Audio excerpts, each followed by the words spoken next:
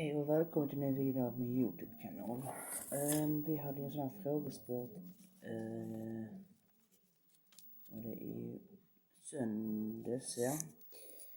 Och där blev ju en vinnare på den frågesporten. Han fick, det var ju han som vann. Han fick 9 av 12 rätt. Den bästa faktiskt. Det var någon som la på 4-3 rätt där ungefär, men personen fick 9 av 12 rätt.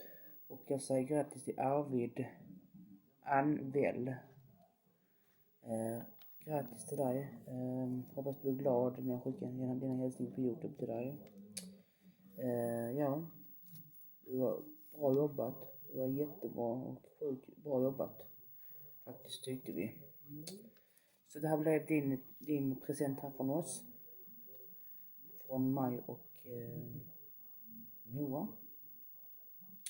Så att vi kör igång med en ny tävling idag. Idag är det tisdag. Så att glöm inte spana in liven ikväll 21:30, så ses vi i den videon. Hej då allihopa!